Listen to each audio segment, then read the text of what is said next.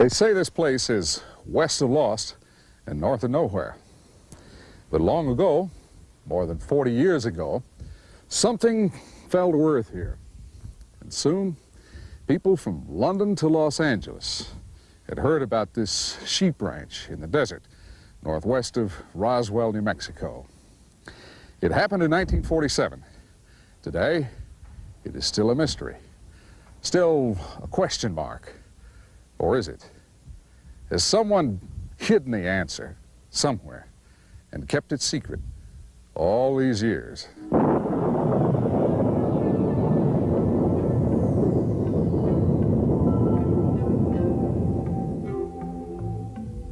That summer in 1947, the world was recovering from history's most terrible war. Yet, it would be fair to say that, for Americans at least, things were getting back to normal. Normal. Now, there's an interesting word. In June of 1947, Ken Arnold, a businessman, was piloting his private plane near Washington State's Mount Rainier when he spotted something not normal. Later, he described the 9 objects as a group of discs that skipped across the sky like flying saucers. The newspapers liked that. Flying saucers. The name stuck. And soon it seemed more newspapers were writing about flying saucers, the more people were seeing flying saucers. Here in New Mexico, in June and July of 1947, there were multiple sightings of the discs, or flying saucers, if you will. Maybe they really saw them, maybe not. And even if they did, maybe the lights were just reflections, or something caused by nature, like heat waves or mirages. But if not, if the lights were aircraft, then whose aircraft? And what brought them here? Why New Mexico?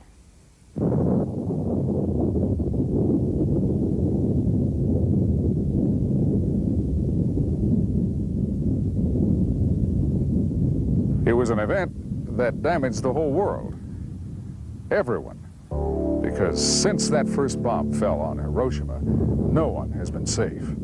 Not on Earth. So it was predictable that when those flying discs appeared, the U.S. military suspected the Russians. But others had a different theory. As the poet John Donne wrote, "No man is an island." Perhaps, they reasoned, neither is this planet. Did the shock waves, those first atomic blasts, they wondered, travel far across the ocean of space? And out there was something listening. The first atomic bomb was tested, set off in the New Mexico desert near Alamogordo, about 100 miles southwest of here. That was July 16th, 1945, about 2 years before the first reported sightings of the flying discs. After the war, weapons and rocket research continued at Alamogordo and in a region nearby called White Sands.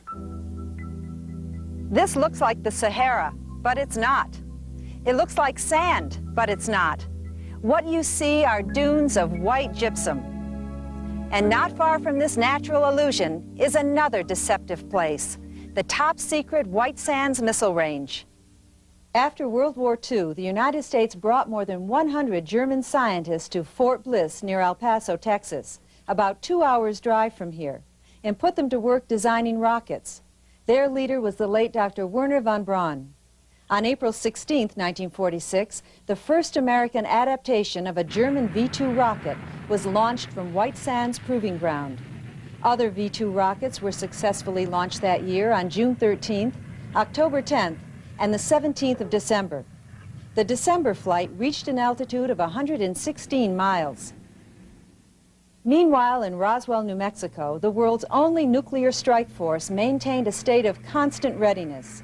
With 15 atom bombs in its arsenal, it was the United States Army Air Corps' 509th Bomb Group. If you look at the map, you see this: 3 locations in the rough shape of a triangle. At the bottom left corner, the missile range. At the bottom right, Roswell Army Airfield, headquarters of the 509th and its nuclear arsenal.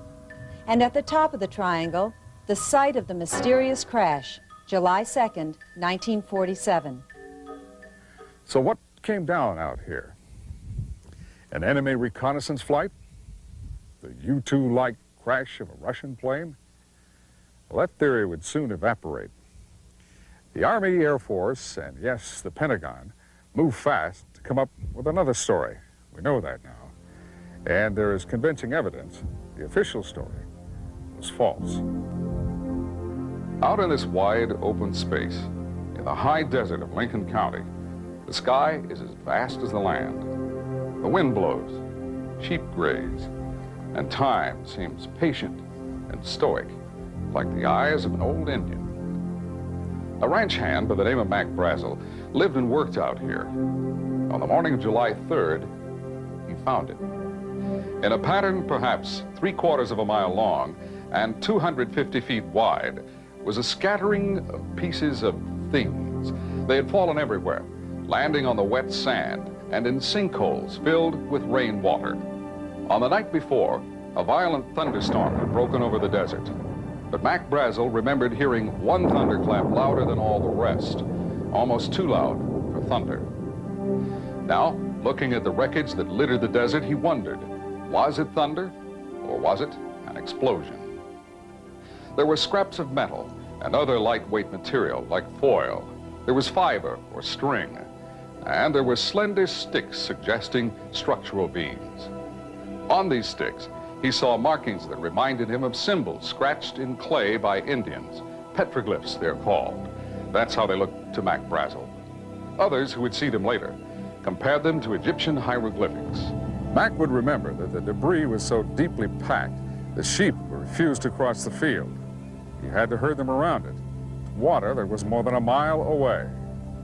He gathered up some of the pieces and took them to the house of his nearest neighbors, Floyd and Loretta Proctor. He described the stuff to us, and we advised him to, come to Roswell and report it. We'd heard that, there's a reward for UFOs, and we called them flying saucers. That evening, after his visit with Loretta Proctor, Mac would return to the debris field. According to his son Bill, Mac then brought a large chunk of the debris to this livestock shed. The shed is about 3 miles north of the crash site, still here after almost 50 years. That was the origin of early reports that a rancher had found a flying saucer and stored it in his barn. Mac still had work to do. The next 2 days, on the 4th and 5th of July, he tended the sheep. Then, on the 6th of July, he got up early, finished his chores, and drove into Roswell. Mac's first stop was the sheriff's office. After that, things happened fast. Sheriff George Wilcox sent 2 deputies out to the ranch and telephoned the 509th Bomb Group at Roswell Army Airfield. In no time, the 509th's Air Intelligence Officer, Major Jesse Marcel, arrived at the sheriff's office. With him was a counterintelligence agent dressed in civilian clothing. Major Marcel telephoned the commander of the 509th, Colonel William Blanchard. The colonel then ordered Marcel and the counterintelligence agent to go out to the ranch with Brazel and investigate. The road was no better then than now, and because of that, it was after dark by the time they got there. Meantime, the sheriff's 2 deputies returned to Roswell with a story of their own. They had missed the debris field, they said, but instead found this, a circle in a pasture where the sand had been melted to glass. Bigger than a football field, a huge area, a huge circle that had been burnt. The major, the rancher, and the counterintelligence agent spent the night at the range hut. Sometime later that evening, Major Marcel came out here to the cattle shed and used a Geiger counter to check the piece of wreckage that Mac had stored. There was no indication it was radioactive. The following day, July 7th, they collected all the debris they could load into the major's Buick and the Army truck. Then, about dusk, they started back to Roswell. Over the years, many investigators have tried to solve the riddle of the Roswell crash. In 1980, co-authors Charles Berlitz and William Moore presented their findings in a book called The Roswell Incident. 10 years later, tantalizing new facts were uncovered in research by Don Schmidt and Kevin Randall. Don is Director of Special Investigations for the Center for UFO Studies in Chicago. Kevin is an intelligence officer, a captain in the United States Air Force Reserve.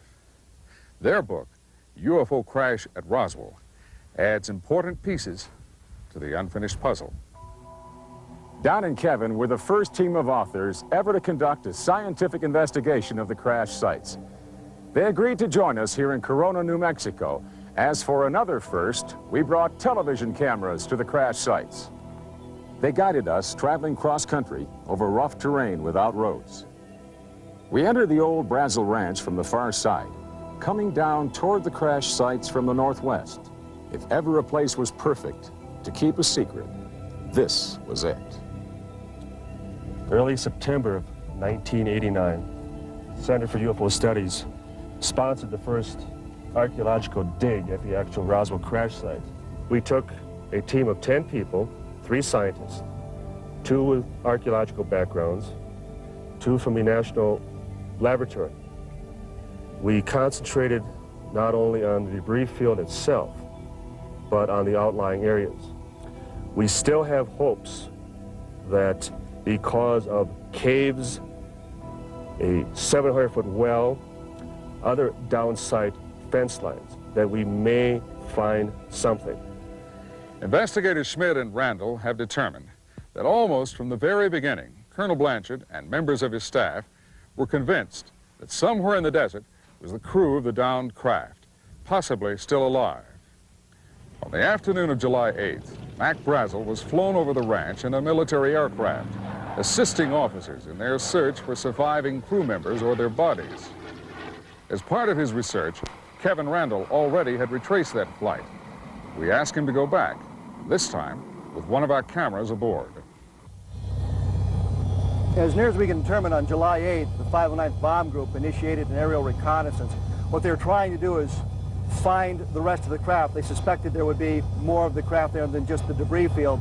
The aerial reconnaissance was an idea to find that. Mac Brazel was in the aircraft with them, the thought being that Brazel, as a rancher, would be familiar with the landmarks, and if they did locate any more of the craft, he could direct them directly to the site. The craft came up off the debris field after leaving the gouge, gained a little bit of altitude. Kevin is convinced the craft stayed in the air a few more seconds after the explosion. It flew about 3 miles, then crashed at the base of those rock cliffs you see below. We call it the impact point. Ironically, it was a group of civilians who reached it first. We have descriptions of the second crash site from 3 separate sources. A civil engineer, an archaeologist, and a soldier. All claim to be eyewitnesses. We think the search plane with Mac Brazel aboard spotted it too. According to all accounts, and they are strikingly similar, this was the scene. An aircraft shaped like a disc had crash landed. Lying on the ground beside it were several bodies, humanoid but small, perhaps only 4 or 5 feet tall. They were very thin and their heads looked too large for their bodies, at least by human standards. To reconstruct what happened the night of July 2nd, 1947, investigators Randall and Schmidt have developed a theory that explains all 3 locations: the debris field, the circle of melted sand, and this location, where the saucer and its crew are said to have been found. Flying through the storm, the ship malfunctions. It descends and either lands or skips along the ground. Intense heat from the craft melts the sand to glass. Back in the air again, it flies only a few more miles, still in trouble. Then, crippled, the ship travels perhaps 2 miles beyond the debris field. A voyage light years across space ends in the New Mexico desert. For the crew, injured and stranded, death is inevitable. On July 8th, the day the second crash site was found, things started rapidly to unravel. The first soldiers to reach the disk discovered civilians had gotten there ahead of them. And back at the base, the phones started ringing and wouldn't stop. The world was electrified by an official press release. It announced the 509th had recovered a flying disc. Walter Hart still lives in Roswell. He settled there after resigning his commission in the Air Force. First Lieutenant Hott was Public Information Officer of the 509th. This is the substance of the press release that he wrote. Soon, the lieutenant would be blamed for jumping the gun and portrayed as an eager beaver. I think that not only was I set up, but I think Colonel Blanchard was also. About the only reason that I can think of is they wanted to cover up the story and keep all this information confidential. Tuesday morning, the 8th of July, Major Marcel, the intelligence officer, reported to the commander of the 509th Bomb Group, Colonel William Blanchard. Colonel Blanchard ordered the provost marshal to surround the debris field and to post guards sealing off all roads leading into the crash site. Then Colonel Blanchard reported to 8th Air Force headquarters in Fort Worth. And soon, the Pentagon set a flight with a special team of agents from Washington to Roswell. Later that morning, about 11 o'clock, Lieutenant Hott finished the press release. He would drop off copies at both Roswell's daily newspapers and at both the radio stations in town. Every news bureau subscribes to wire services, like the Associated Press, Reuters, or United Press International. Nowadays, at the Roswell Daily Record, bulletins come in over computers instead of teletype machines. But even in 1947, the word could be flashed from Roswell around the world in minutes. And that's exactly what happened. By noon, July 8th, every telephone line into Roswell, New Mexico was jammed. At the 509th, Colonel Blanchard himself couldn't place an outside call. It was impossible. By 4 o'clock that afternoon, Mac Brazel was back in Roswell after helping out in the air search that found the second crash site. The next thing that happened was a classic military snafu. The Army lost Mac Brazel. But Walt Whitmore, an owner of station KGFL in Roswell, found him. We get more on that from Judd Roberts. But he found him, and he suggested that they go out to Whit's house, which was on the extreme side of Roswell at that time. And we felt that it would give us an opportunity to get some information, which we would like to have had. As someone said one time, you sequestered him or you hid him out, but I'd like more politely to say we offered him a place to stay that night so he could get away from a lot of people with questions. With calls still pouring in from as far away as London and Hong Kong, the Roswell Daily Record hit the street with a front-page banner headline. The newspaper based its story on Lieutenant Hott's press release. But, as we know now, more than 40 years later, the media was about to be sealed off from the facts and spoon-fed an alibi. Army officers found Mac Brazel and put him under house arrest. Hours of intense grilling would follow, and he was subjected to a complete physical examination. Then on July 9th, at radio station KGFL, Walt Whitmore got a special telephone call from Washington. He was ordered not to broadcast his recorded interview with Mac Brazel. The suggestion was made to us that if we wanted to keep our license, we would not use the interview on the air because that would give us about 24 hours to find something else to do beside the radio business. Next, Army officers searched all the radio stations and newspapers in Roswell. They seized all copies of the press release and anything else they could find that pertained to the story. Then, on July 9th, Mac Brazel, escorted by officers, turned up at radio station KGFL with a brand new story, not at all like the one he told Walt Whitmore while in hiding. For centuries, the Indians of New Mexico worshiped the sun, the giver of life, gatekeeper to the vaults of heaven.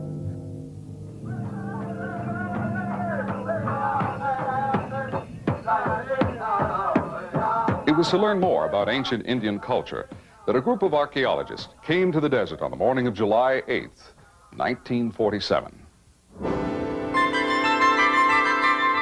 The human factor is important. People won't keep silent forever. But of the handful of witnesses who eventually talked about what they saw here at the second crash site, most are dead now, victims of illness or old age. We can only take note of who they were, how different they were, and yet how they all describe seeing the same things. An aircraft apparently not made on Earth, and creatures who looked as if they had not been born on this planet. Once the military found the second crash site, they moved fast. From the plane, in which he was a passenger, Mac Brazel helped guide the troops on the ground who were closing in. But before the military could get here, a civil engineer surveying for an irrigation project came upon the site by accident. His name was Grady Barnett, by all accounts a no-nonsense fellow. Barnett's close friend, Vern Maltese, remembers Barney telling him about finding the bodies and how he described them. He said, well, I'm going to tell you something that I'm not supposed to divulge. And he come across this object on the ground, which was the shape of a flying saucer, and it hadn't split open. So he jumped out of his pickup and went down there, and there was 4 beings laying on the ground. And they were in a sort of a silver-colored suit, and they were about 3 to 4 feet high. And the suits were rather tight-fitting. And they had covering, except there was no covering on the head or none on the hands. And the shape of the heads of the beings on the ground were hairless with a sort of a pear-shaped head. And the hands were exposed. And they had just barely arrived, and there was an archaeology team that had just come up there about the same, just a little bit after Barney. And then the military come in and surrounded the area, and they called all those people that were there from the archaeology team and Mr. Barnett, and they briefed them that this was not to be divulged to anybody, that they were not to say one word about it and forget they'd ever seen anything. Barnett said he was standing beside the bodies, close enough to touch them, when the group of archaeologists and students arrived.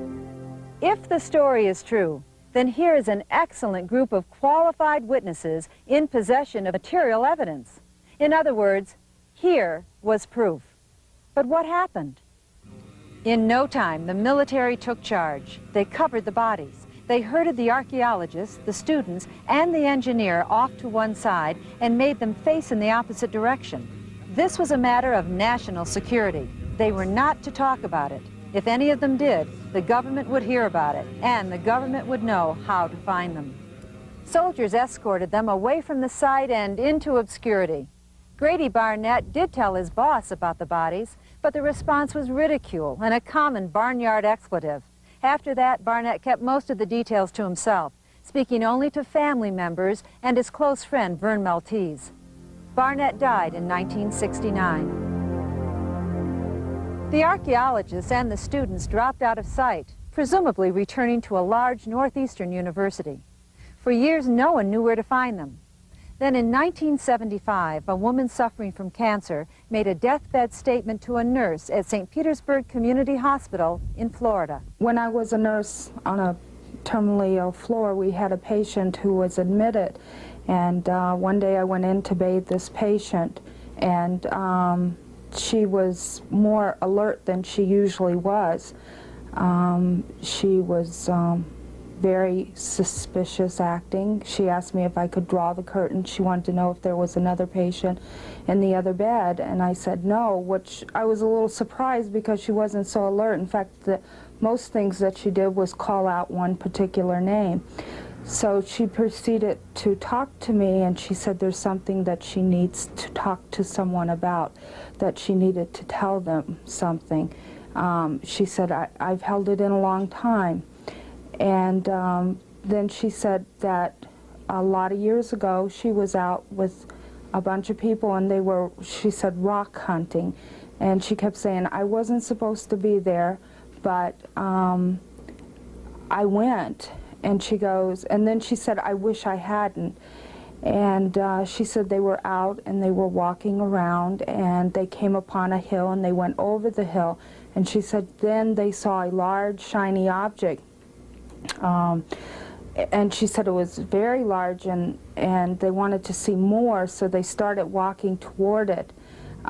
She said that when they got there, that there was a large round object, and it was sitting on the ground, and she said, and then on the ground was some, she goes, blankets or something, and she said that One of the guys from the expedition, one of the men, walked over and they pulled back the covers. And she said there were little people. She couldn't believe it. There were actually little people. She said they had very large heads and very big eyes, and she said they had some kind of shiny material on. And I can't remember if she said what color. I thought she said blue, but I really can't remember at this point. But she said it was so shiny, it was almost like it was fluid-like. And she said, and then she became very upset, and she goes, but you mustn't tell anybody. She goes, never tell anybody. And at this point, she would just keep looking around the room. She was very paranoid acting, and she said, because they can always find you. And I said to her, I said, who can always find you? She goes, the government can always find you. 2 days after Mac Brazel turned up in Roswell, rumors were spread like brush fire. The public was led to believe the Pentagon was hopping mad, and a general by the name of Roger Ramey was taking flack. Contrary to popular belief, that was the result of a carefully orchestrated cover story. Ramey was commander of the 8th Air Force in Fort Worth, Texas, higher headquarters of the 509th. Even before the 509th started picking up the pieces and looking for the bodies, 8th Air Force headquarters was on the line to the Pentagon. On the morning of July 8th, that special flight was arranged, sending a team of counterintelligence experts from Washington to Roswell Army Airfield. The general and the Pentagon were about to screw the lid down.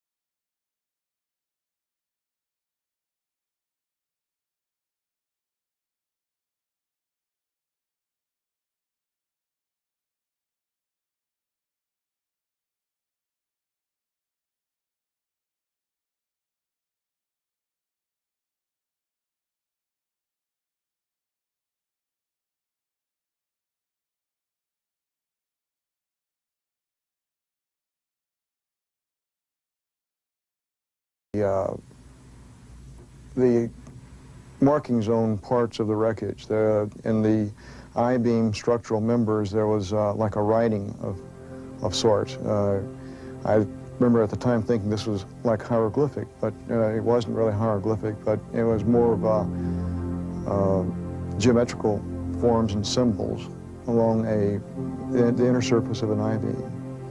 And they were kind of a metallic purple hue and seemed like they were embossed in the metal itself. And I suppose that is a singular thing that sets us apart from more ordinary debris.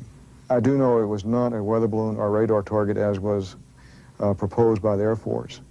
Because even at that young age, I was familiar with things like what a radar target should look like, what a weather balloon certainly would look like. And since they used that as a cover story, for this extraordinary debris, I knew that there must be something very unusual about that. And so I have come around to the realization that this was out of this world. In May of 1990, Dr. Marcel agreed to be placed under hypnosis. It was an effort by Don Schmidt and his colleagues to retrieve from the doctor's mind lost memories, to see again clearly the indecipherable symbols on those sticks of debris, the ones that looked like structural beams.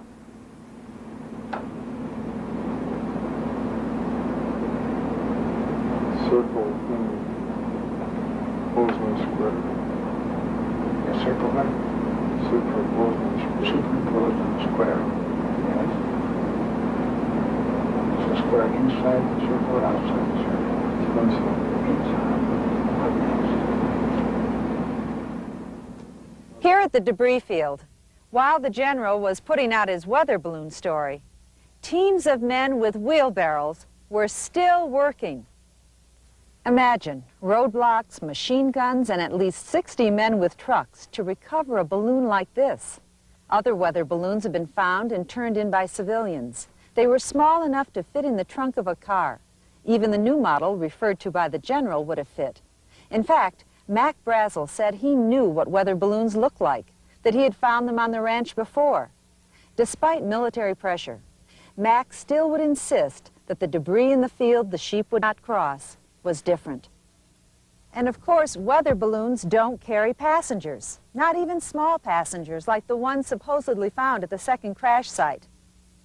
Now, back to the rumors that were spreading through Roswell. If bodies really were found, is it true that one of them was still alive? As part of their 2-year investigation, authors Don Schmidt and Kevin Randall interviewed more than 250 witnesses and sources regarding the Roswell crash. They were careful to avoid hearsay. They weeded out suspect sources, those who might have exaggerated or embellished their stories with borrowed information. In preparing this documentary, we recorded interviews with more than 24 people. All were carefully screened, their backgrounds checked. Many of them had never met, and yet, invariably, their stories matched. Each piece of the puzzle fit, and there was no evidence of collusion. Jack Rodden grew up in Roswell and still lives there. In 1947, his father, a professional photographer, was among those pursuing the story. Jack still remembers 3 cryptic words. The day after, a day or two after the story was released that it was a weather balloon, I quizzed him about it. I want to know what was really going on, what happened. And he said, just 3 words, they killed it. He had the ability, when he wanted to say a lot in a very few words. And the words a lot of times could be taken more than one way. And I asked him, what do you mean they killed the story? And he wouldn't deviate. He just said, they killed it. And I said, they kill someone? And he just said, they killed it. And I couldn't press it any further, so I didn't, but I didn't forget it either. Frankie Rowe tried not to remember. She says threats to separate her from her family and send her to prison pushed memories of the incident deep into a shadowy corner of her mind. But years later, as parts of the story became public, Mrs. Rowe's memories came rushing back. The memories and the anger. Now she believes the American public has a right to know everything, the whole story, even small pieces of it, like the pieces of metal she saw and touched. And he pulled his hand out of his pocket, and he had a piece of the material wadded up in his hand in a little tiny ball, and when he dropped it on the table, it spread out like it was liquid or quicksilver, and there was not one wrinkle in that. And I do remember that we all did get to touch it. We all got to pick it up. You could bend it, it made no crinkle, no noise. It was very thin and it was very shiny, very silvery color. It was about maybe a foot square. And I have no idea what happened to it. More than 40 years have passed since the crash. The government still sticks to the official explanation. The military is still stonewalling. However, in later years, a few cracks have begun to appear in that wall. Major Marcel would talk again to his son, telling him no, it definitely was not a weather balloon. And suddenly, in a supermarket, a retired Air Force officer would disclose to his wife an astonishing secret. But let's start with the story of Brownie. Melvin E. Brown was a sergeant with the 509th in New Mexico at the time of the crash. Later, he was transferred to England. He married an English woman, and following retirement, settled down with his family in a suburb near London. Over the years, on several occasions, he would tell his daughters bits and pieces of a curious story. But on his deathbed in 1982, Brownie gave up the rest of the secret and disclosed the number of a hidden bank account. There was no record of any trust fund, nor could the bank account number be traced. And yet, the family still wonders, is the money waiting for them somewhere? They wonder and remember what Brownie told them.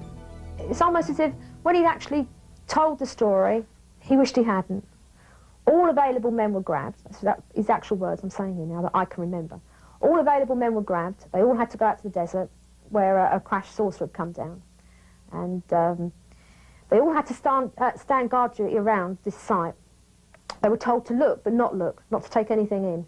And him and this other guy did look, and they lifted up the covers. And he did say that these trucks were coveralls. I don't know what he meant by that. It must have been some sort of truck with a cover. He lifted up, him and this other guy both lifted up the cover and saw, I say 2 bodies, but my sister remembers him saying 3. We disagree on that. They saw these bodies, and they were about 4 foot tall, no more than that, maybe even less. Much larger heads than we have, slanted eyes, yellowish skin. Far from London, in Lincoln County, New Mexico, we searched for an elusive witness with an even stranger story. We found him living elsewhere and have promised not to disclose his whereabouts. His name is Glenn Dennis. In 1947, Mr. Dennis was a mortician, the manager of Ballard Funeral Home in Roswell, New Mexico.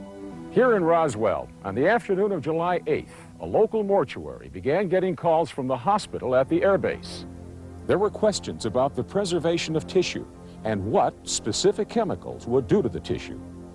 And Clardy's Dairy and Creamery in Roswell received an order for a large quantity of dry ice. After 4 or 5 calls to the mortuary, the mortician decided there must have been a fatal crash at the airbase. That was the beginning of the most remarkable story connected with the Roswell crash. This is the gentleman to whom we have referred, the mortician, Glenn Dennis. In 1947, he was manager of Ballard Funeral Home in Roswell. Those telephone calls from the base hospital on July 8th started a chain of events leading to threats against his own life and the reported death of a close friend. Let's go back now to the afternoon of July 8th. Then the next call I got, probably in 30, 45 minutes later, he was asking me then about our preparations and what we did preparing the bodies that had been laying out in the elements, or that, you know, some badly decomposed bodies, or how we treated the burnt bodies, otherwise very traumatic cases, and what our procedure was on that. Then the next question was, well, what would you do where you wouldn't change any of the chemical contents, you wouldn't destroy any of the blood, you wouldn't destroy anything that might be very important later on, you know, down the road. What would your process and what you do and the chemicals that you use, would that change the blood contents and everything? I knew at the time that there was something that probably happened. I thought maybe it was something that they weren't ready to release, or that might be some VIP or something they didn't want. And I mean, I had no idea what it was, but I told him at the time, I said, you know, I can come out and I can help you if you have that. And he said, no, this is for future, in case this should happen in the future. He said, this is something we need to know so we'll know how to proceed. Questions about chemicals, tissue, and the preservation of blood, as well as other body fluids. Very strange questions. If doctors at the base were examining the remains at the time of those telephone calls, it follows that by July 8th, the bodies had been removed from the second crash site to the base hospital. That would match key points in the story told by Sergeant Brown. Not only that, but Glenn Dennis' story tends to corroborate the story told by witness Frankie Rowe. Now, he felt that the one that was alive, he said later that it was taken out to the base hospital. And a friend of ours, her husband was working out there at the time, and he saw the one person walk in. Later that same afternoon, Glenn Dennis drove an injured airman to the base hospital following a minor automobile accident. Walking into the emergency room, Dennis saw debris in the back of a parked Army ambulance. What I noticed that was so unusual about this, that there was some inscriptions or a border around this part of it. that was probably 3 inches, maybe around 3 inches, but it was kind of going along the contour of the wreckage. And at the time, after I got back, I got to thinking about this and what the border looked like, and it kind of reminded me, reminded me of an Egyptian inscriptions of figures and whatever. Now, another piece in our jigsaw puzzle drops into place. It appears doctors were continuing their examinations of the bodies as Mr. Dennis entered the emergency room. Assisting them was a nurse, whom he describes as a close friend. One of the nurses, lieutenant nurses that I was acquainted with very well, she was very excited, and she said, "How did you get in here? What are you doing here? And get out immediately or you're going to get in a lot of trouble." She said, "Get out of here as fast as you can." The nurse disappeared into another room, presumably where the examination was still in progress. But serious trouble was in store for Glenn Dennis, the result of a chance remark to an officer who stopped him as he was leaving. But I said, "It looks like you've had a crash." I said, "I see some debris and then the ambulance is there." And that's probably where I really got in trouble right there. And he said, "Well, just a moment." And then he went to the door and he motioned for somebody, and about that time there was 2 MPs that came out. And he said, "Get this man out here, get him out here as fast as you can get him out of here." And then we were starting down the hall, and then there was a man that we heard a voice said, "I'm not through with that SOB yet," said, "Bring him back." Mr. Dennis says suddenly he was rushed into a room where he was confronted by 2 men he had never seen before, an Army sergeant and a captain with red hair. A sharp exchange followed, in which Dennis says both men threatened to kill him. The captain told me, the red-headed captain told me, he said, "There was no crash here, you did not see anything," and he said, "You don't go into town, you don't tell anybody anything that you saw anything or anything else.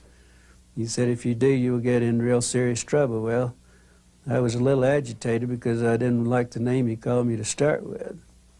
And I informed him, I said, "Look, I'm a civilian, you can't do a damn thing to me, and as far as I'm concerned, you can go to hell." And that was the exact words that I told him, and I remember it very clearly. Then the black sergeant, he said, "Oh, don't kid yourself, young man." He said, "Somebody be picking your bones out of the sand." Army Air Force Captain O.W. Henderson kept his mouth shut for a long time. He didn't go public until he learned that some of the others had broken their silence. He was retired by then and living in California. It had been rumored for years that one of the pilots on one of the flights out of Roswell had actually seen the bodies. But the rumor did not become a reality until 1982, when Pappy Henderson finally spoke out. He told his wife, "I've been dying to tell you for years." We were in the grocery store in San Diego, where we had lived for many years, and we were at the checkout stand, and here was a paper, the Globe, I believe it was. Here was all of the story about it. In fact, I still have the papers here. And he said, he took a look, and he said, "I've been wanting to tell you about this for years. I guess if they're putting in the papers now, it's no longer a top secret." And he said, he bought the papers, and we went to the car, and he said, "Read those." And I read the article, and he said, "It's a true story." He said, "Not only did I know about it, but I'm the pilot that took the crashed saucer to Dayton, Ohio." I was astonished, and if it hadn't been Pappy telling me, I probably wouldn't have believed it. But he was very confident, and he was always very truthful and straightforward. So I believed him. But you know, in those days, if you said you'd seen a spacecraft or a flying saucer, you were put in the annals of a nut. So we didn't say much about this. But years before, when people would ask him what he thought about flying saucers, his answer was, "There's something to it."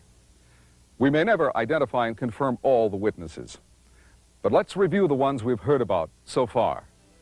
These are people who claim they saw bodies of humanoid creatures killed in the Roswell crash.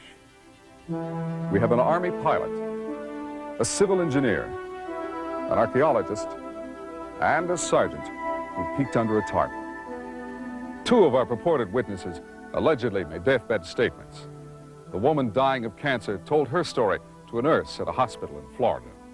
And for the last 4 days of his life, Sergeant Melvin Brown talked about the crash, insisting the bodies were real and the weather balloon story was a lie. What on the earth could he have done that he would have been so worried about on his deathbed? Because he was worried about it. I mean, he was mentioning this place in his sleep and sort of shaking his head and nodding and arguing in his sleep about it and mentioning it. He was worried about it. Whatever it was, he was really worried. And this is what makes me angry. It makes me rather bitter to think that, all right, I don't know, UFOs, alien bodies, I don't know what the truth is. All I know is that if my dad said so, then that's it. He wouldn't have lied. During our investigation of the Roswell crash, we located a witness who claimed to have watched a bright light cross the sky and fall to Earth the night of July 2nd, 1947. His name is William Woody, and he still lives on the same small farm outside Roswell, New Mexico, where, as a boy, he says he and his father watched a burning light slowly flying northwest toward the desert. My dad looked up and said, "My God, what's that bright light there?" And we got to looking, and it looked like a falling star at that time, but we got to checking it, and it was much larger, much closer. And we looked at the picture of it, it just showed much larger and much closer, and just a large stream of white light with a reddish tail on it. Woody's father drove out to the desert several days later, trying to find the spot where the light came down. Woody went along, but they found the roads blocked off by military guards. No, they had several of the side roads, which there's not, in that area, not too many access roads off, which there's many more now than there was back in that time. But every one that we come to, they had a security set up so you wouldn't go off in that area to the left-hand side of the road going north. Far out in the desert, at both crash sites, teams of soldiers were hard at work, cleaning up debris and hauling it away in trucks. A very large operation indeed for the alleged recovery of a weather balloon.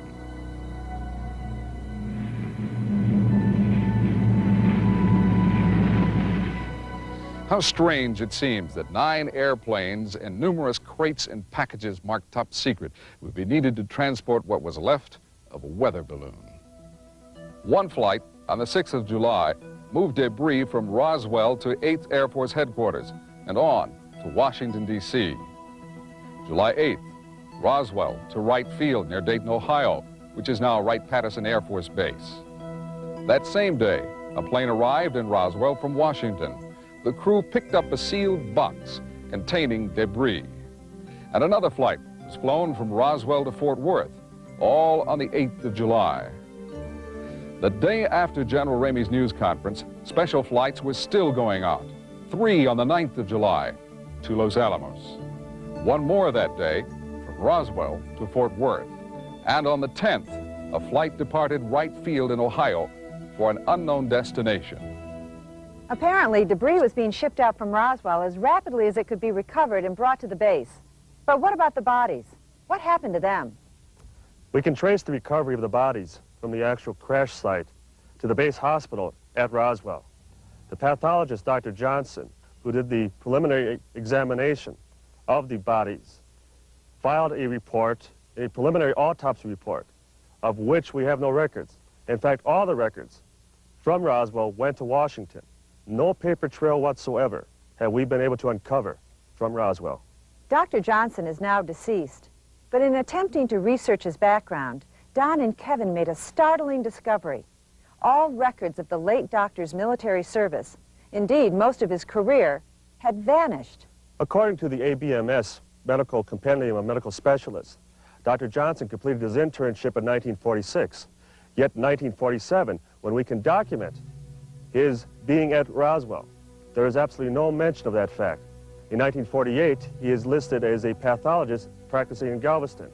In 1949, until going into private practice, he is listed at numerous hospitals throughout the country.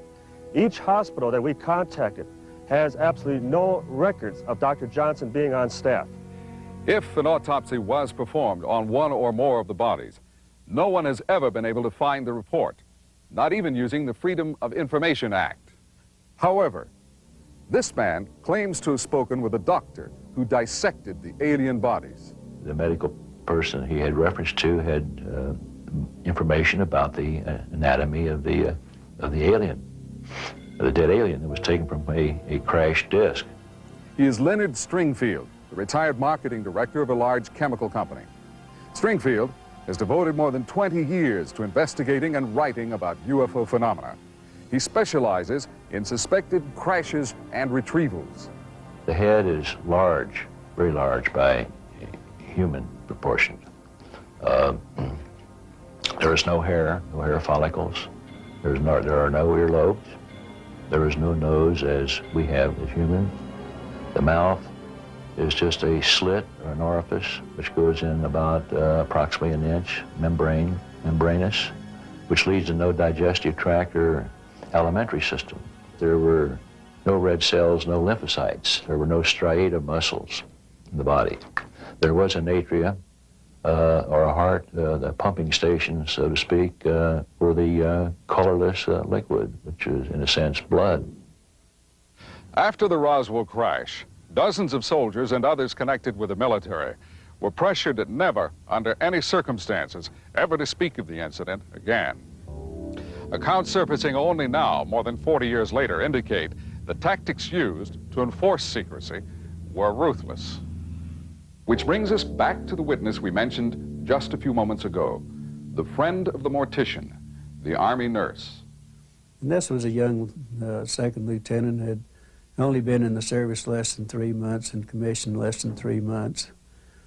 A very deeply religious lady. She was born and raised in a very strict Catholic family, attended all the private Catholic schools, preschool and high schools, and her folks wanted her to become a nun, but she... At Mr. Dennis' request, we've agreed not to use her real name, but we will call the nurse Judy.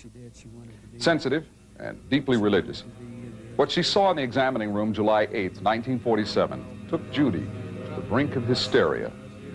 And she said, "I can't believe what I've just seen." She said, "This was the most horrible thing I've ever seen in my life." She was going into this examination room that was across the hall. She was going in to get some supplies, and when she walked in the door, there was 2 doctors there. And she noticed a horrible smell immediately. But she saw these 2 doctors, and they said, "We need you." She started out the door and said, "You stay here, we've got to have you."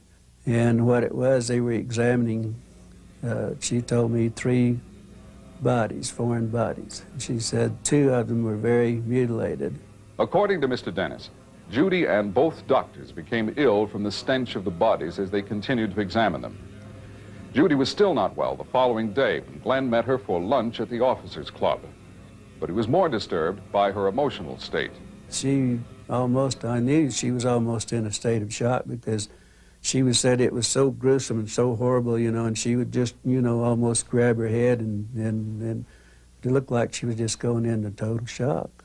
We should note here that Glenn's concern for Judy was serious. Marriage had been discussed, but all of that was about to change forever. He never dreamed what lay in store for Judy as she began to describe what she had seen. She had drawn me just a little the night before. She had a description of an arm that was that she had drawn, and then the anatomy of the arm, which was different from ours. There was only 4 fingers on the hand. Didn't have a thumb to it. Only 4 very slim, fragile little fingers. But when they turned one of the hands over, they noticed at the end of the fingers there was like little pads on each one of the 4 fingers there. And it looked to them like they were like little suction cups. They were little hollowed out areas that looked kind of like a suction cup. The heads on these individuals were much larger, somewhat larger than the human head would be. The eyes were very sunken. The nose was there wasn't a convex or anything. The nose was very concave. with only 2 little orifices. The ears, there was no ear. There only might be 2 little orifices on the side, but very small little lobes that looked like they might function, they might close maybe or whatever, but they was very small. Nothing resembled an ear on a human anatomy at all. Not touching their food, they continued to talk. But for Judy and Glenn, time was running out. She never touched her food at all, never even, we never, you know, I think I drank my Coke, but I was so, you know, I thought, my God, this was something else, and I don't know that I ever ate my food either, but that was, then she said, I've got to go back to the barracks. He said, I am deathly ill, and I've got to go back to the barracks, and then that was the last time I ever saw her. Call it stick and carrot. Apparently, counterintelligence agents and ranking officers used both threats and money. The archaeologists were intimidated, told the government would find and punish them if they ever talked, and indeed, none did, with the possible exception of the cancer patient on her deathbed in Florida. Mac Brazel had not yet heard the Korean War term brainwashed, but might have used it to describe the days and nights he spent as a virtual captive, being interrogated, examined, and forced to change his story. But one thing more, Mac's friends, the Proctors, remember he came back from Roswell driving a new pickup truck. Yeah, I think maybe he did come back with a pickup truck when he came back. And we always wondered if he didn't get a reward. And suddenly, the ranch hand described by those who knew him as dirt poor had money for a meat locker in Las Cruces and a new house. When they brought Mac down and kept him a few days, and then he came back, and he wouldn't talk about it, but we always wondered if he got a reward, because it wasn't long after that until he went to Alamogordo and put in a locker plant. And back then, I don't know what it would cost to put it in a locker plant, because it's lots of individual boxes and things. It's, you know, a lot of freezing units. So I don't know what it would have cost, but I think it would have cost more than he got on his wages. Threats and rewards and continuing surveillance.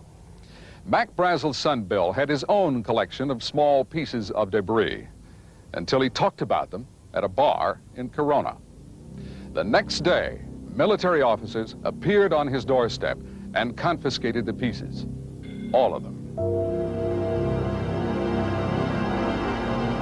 The sun has set on many secrets of the old Roswell Army airfield. For example, few people know the bomber that dropped atomic destruction on Hiroshima once was hangared at Roswell. Military security is a fact of life. We have been told not only soldiers, but civilian firemen worked at the crash sites. Apparently, some got the carrot, some got the stick, including Frankie Rowe's father, who remained silent, but angry for the rest of his life. And he was very angry for a long time about that the government could do this, that they could just totally suppress something that actually happened.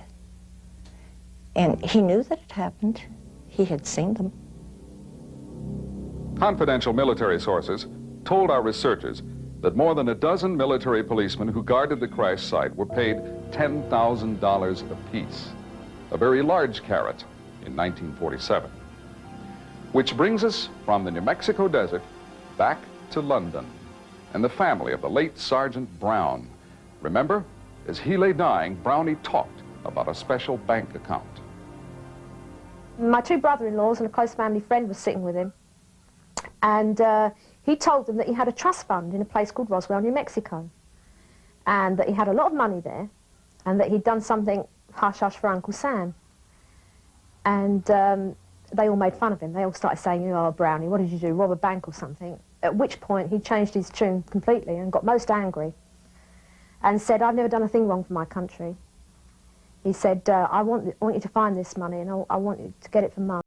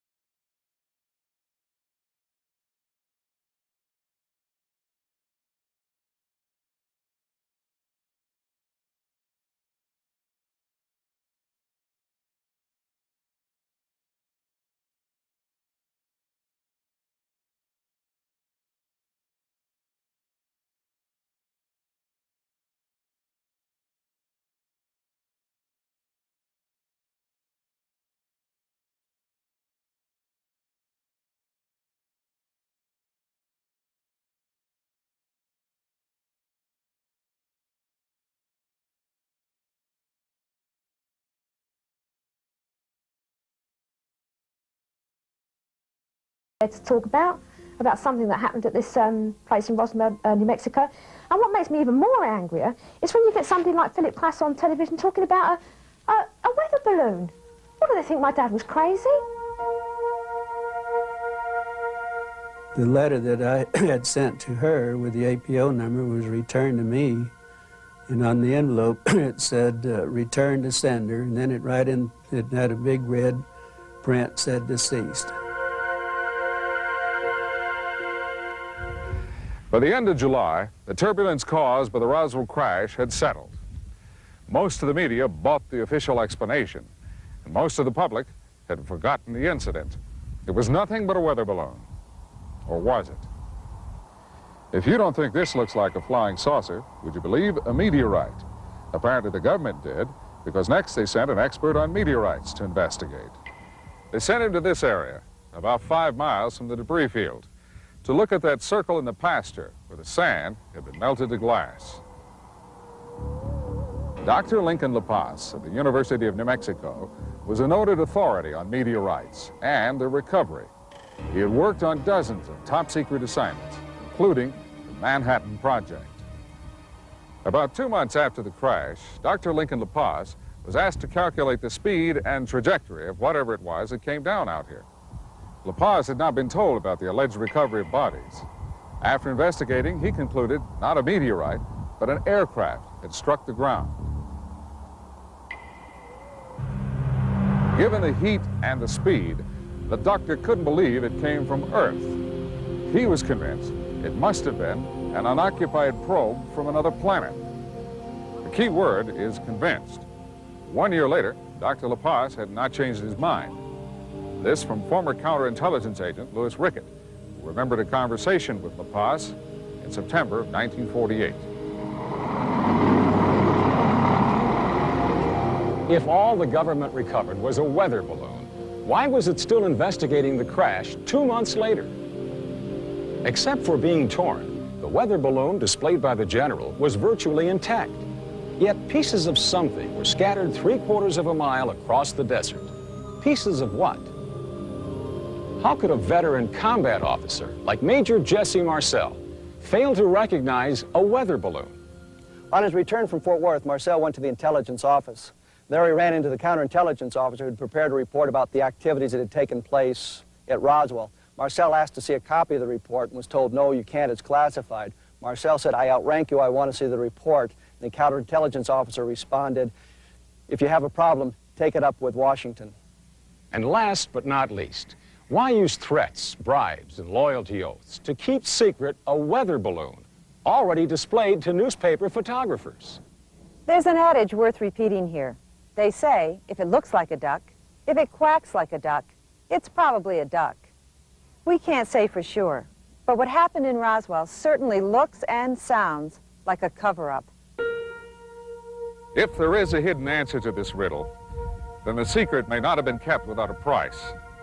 There is the matter of 3 lives and the curious circumstances under which those lives were lost. Now we return to Glenn Dennis and the story of his friend Judy, the Army nurse. Remember, it was Judy who told Glenn she assisted 2 doctors examining bodies of humanoid creatures brought to the base hospital. According to Mr. Dennis, she described the bodies in detail and even drew sketches. After lunch with Glenn, Judy left the officers' club and vanished. The next day, I called out. I wanted to see how she was doing and how she was feeling. And of course, you know, by that time I was really fascinated by what was going on, and I was so curious I wanted, you know, maybe she'd feel like talking a little more about it. But I was really concerned on what was happening to her. And they told me that she wasn't working, that she was unavailable that day.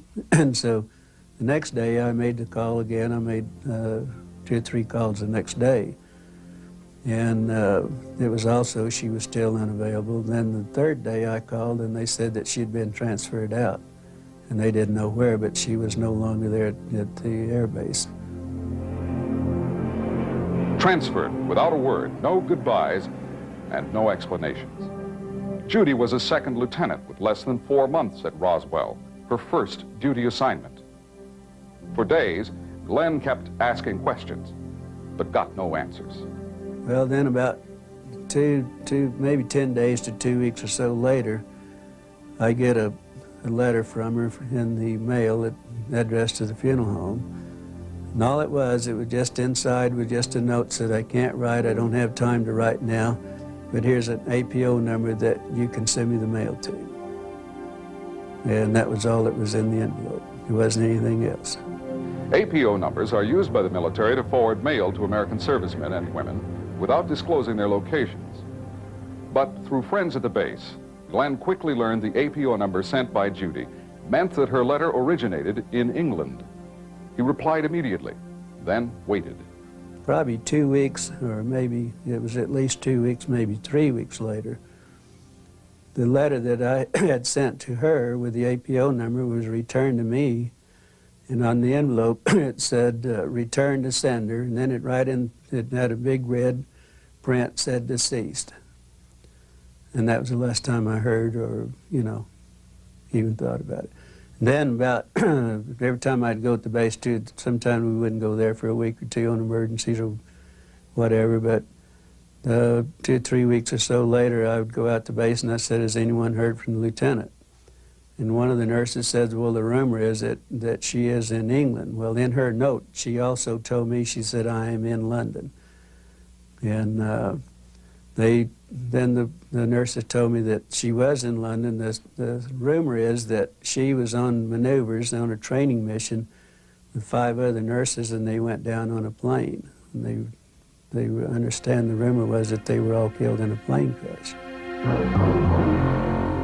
Later on, another key person in the Roswell mystery was reported killed in a plane crash. He was Lieutenant Colonel Payne Jennings, executive officer of the 509th Bomb Group. And finally, there was the curious accident which claimed the life of a soldier believed to have worked at one of the crash sites. We have information concerning a heavy equipment operator, for example, that was found crushed to death by his own vehicle, with his unscathed glasses found 100 feet.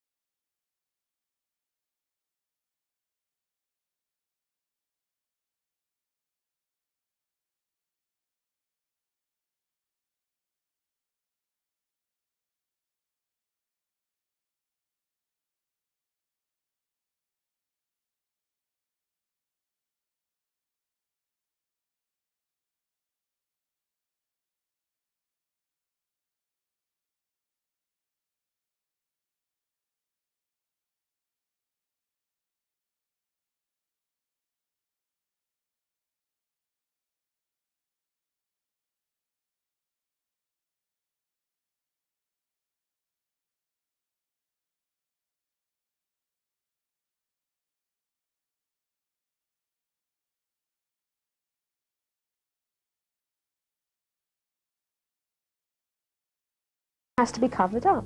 I think it's time they wash your linen and at least give the people an explanation of why we shouldn't talk about it in the first place if it was a national security item, or, just the reason why everyone should keep this and why they should keep covering it up.